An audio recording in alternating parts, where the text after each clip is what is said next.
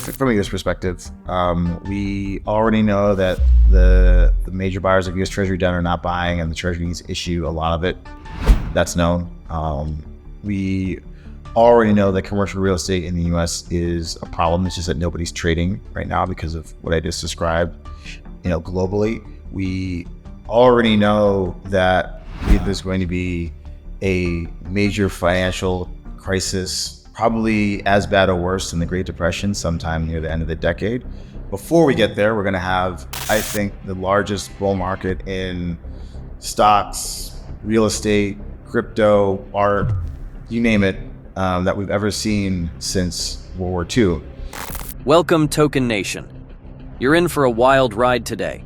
We've got Arthur Hayes, the billionaire guru, sounding the alarm on a looming recession that could eclipse the Great Depression. And guess what? He's blaming the US government's chronic addiction to financial bailouts. Hold on to your hats, this is going to be a bumpy one. Arthur, beyond his BitMEX fame, isn't just any doomsayer. He's predicting an economic meltdown of biblical proportions thanks to the Fed's kamikaze mission against inflation. Sky-high interest rates are strangling businesses, banks are playing Jenga with their balance sheets, and if Uncle Sam even thinks about lowering rates, watch out. The dollar could nosedive faster than a lead balloon. Talk about a financial circus, and we've got front row seats. The regulators made the rules in such a way that it was profitable from an accounting perspective, not an economic perspective, to essentially take in deposits and buy low-yielding treasuries. And they could do it with almost infinite leverage and a few basis points difference in the change in the price, and everybody make a lot of money and everybody gets a big bonus, right? So the banks collectively bought all these treasuries in 2021. And obviously the prices went down a lot since then, and that's why we have the regional banking crisis. So at a structural level, the US banking system cannot buy more debt because it can't afford to because it's functionally insolvent. Here's a fun fact.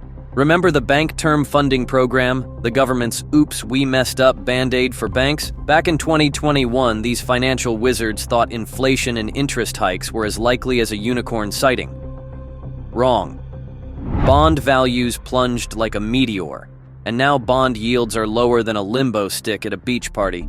If you're looking for recession warning signs, you might as well have flashing neon arrows pointing at this mess. Before we dive any deeper, I've got to ask you a favor. Let's be real. Finance isn't always the glitziest topic on the block. Most folks aren't armed with the know-how to make savvy financial decisions. That's why I'm here, doing my darndest to turn finance into a thrilling ride while doling out nuggets of wisdom.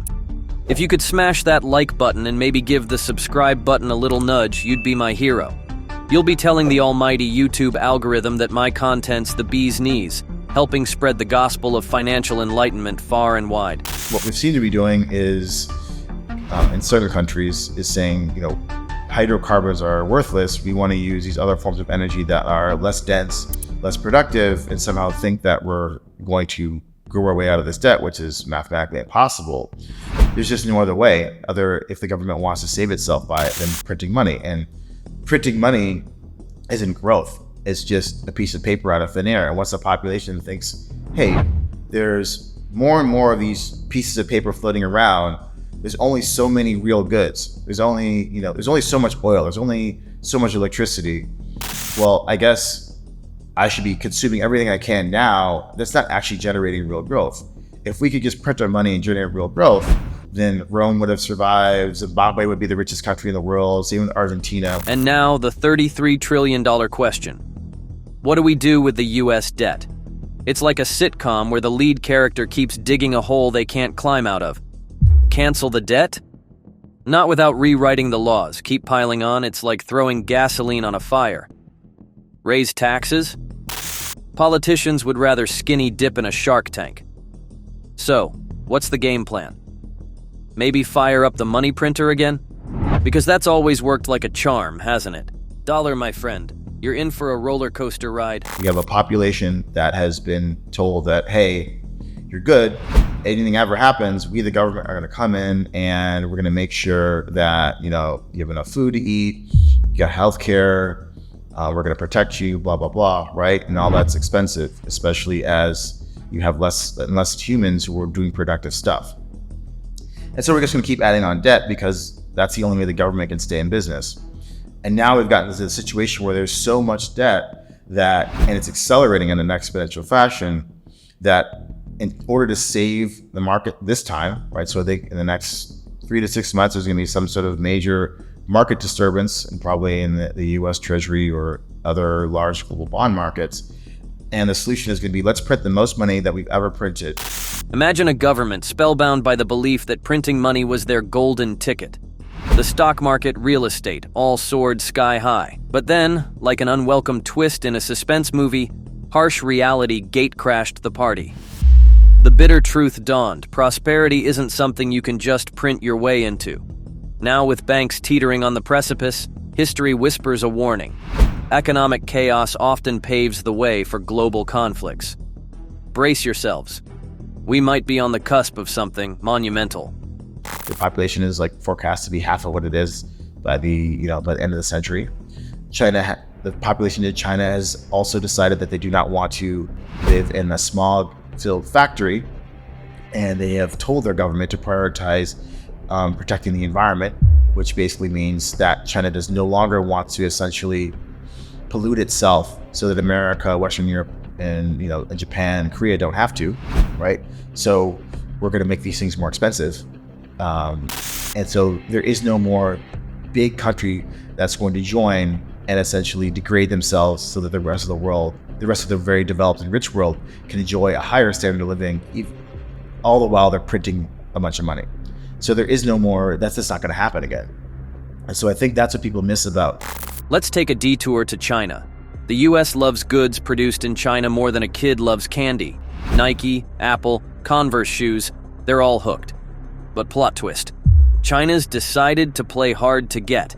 They're focusing on their own backyard now. The US? We might find ourselves in the cold, waving goodbye to our beloved imports. Talk about an awkward breakup. We're no longer going to trade with Russia on paper. Now, if you actually look at the details, India, China, some of these other countries are basically just buying the Russian stuff, refining it, selling it back to the Europeans and the Americans at a higher price, right? So the result of this policy of let's ostracize Russia is let's just raise prices on our energy inputs globally. And so the war is causing the inflation that now the central banks have to fight by raising interest rates, which then bankrupts the banking system because they now have all these bonds that are underwater. So this ideology that we need to fight Russia to keep the Eurasian island fractured is the proximate cause of the inflation that's causing the financial crisis in the West itself. Remember when the US thought sanctions on Russia would be a knockout punch? Spoiler alert, it backfired. The ruble's doing the victory dance, and Russia's cutting deals with anyone who's not on America's Christmas card list. Meanwhile, the US middle class is left scratching their heads, wondering where their energy exports went. Oh, the irony. I want to be in that company. And so I'm going to start trying to find anything that's related to AI and pumping money into it. So on one hand, we have the most amount of money that's ever going to be printed in human history to try to save the global Keynesian bond market of all these governments. And we have the newest technology that has the fastest adoption ever in history of a technology. We're going to combine those two. We're going to get the biggest tech boom mania that we've ever seen. And it's going to be predicated on anything related to AI and artificial intelligence. So for me personally, I have a portion of my portfolio that is predicated on AI. Arthur's got some wild predictions in the investment world. Nvidia's stock is soaring like a rocket, and he's whispering, "Psst, look for companies playing footsie with both AI and alternative investments." With new financial products stepping into the spotlight and a potential surge in value, Arthur's betting big. He's throwing out a jaw-dropping prediction. Watch out for a seismic shift in the financial landscape. That's not optimism. That's financial euphoria.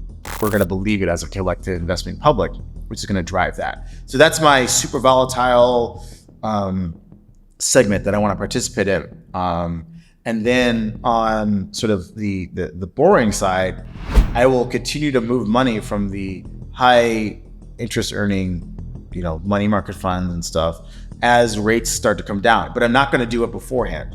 I'm going to wait for them to tell me. And usually, unfortunately, right after the Fed or any other central bank is printing money, there's usually some sort of financial crash, because the reason they're printing money is something bad happened. For the grand finale, Arthur's top investment picks: money markets, high-yield savings accounts, and the secret sauce, alternative ETFs. But here's the kicker. If inflation starts creeping up again, it might be time to flirt with traditional hedges. Because sometimes the old ways are the best ways. And with a financial frenzy potentially on the horizon, you might just strike it rich. Mathematically, this cannot continue the way it's going, and that there will be a reckoning. And history has told us the exact playbook they're going to use. It's not as if they're hiding it from us. There's paper upon paper written about exactly how to financially repress the population, to make sure money doesn't leave the banking system, to use the banking system to purchase the government debt at a level the government can afford that is below the level of growth in the economy, such that the government profits. This has all been written about. You can read it on the internet, but most people are too lazy or too distracted, or they work a job and they're just too tired to open up a book and read. But it's all there for you to read. And if you read it all, you'll understand very quickly that the situation cannot continue and you have to do something. And that something depends on your financial position. Obviously, I'm in the position to put a lot more of my wealth into crypto and not care so much where the price goes. Maybe you're not.